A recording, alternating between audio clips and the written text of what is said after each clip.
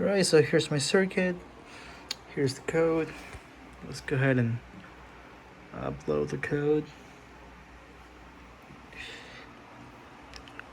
should go straight to the initializing state, and if we press the button, it should go into the waiting state. There we go.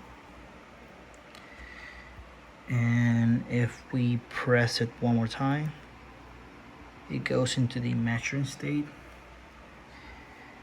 and one more time goes into the displaying state, and one final time it should go back to the initializing state. There we go.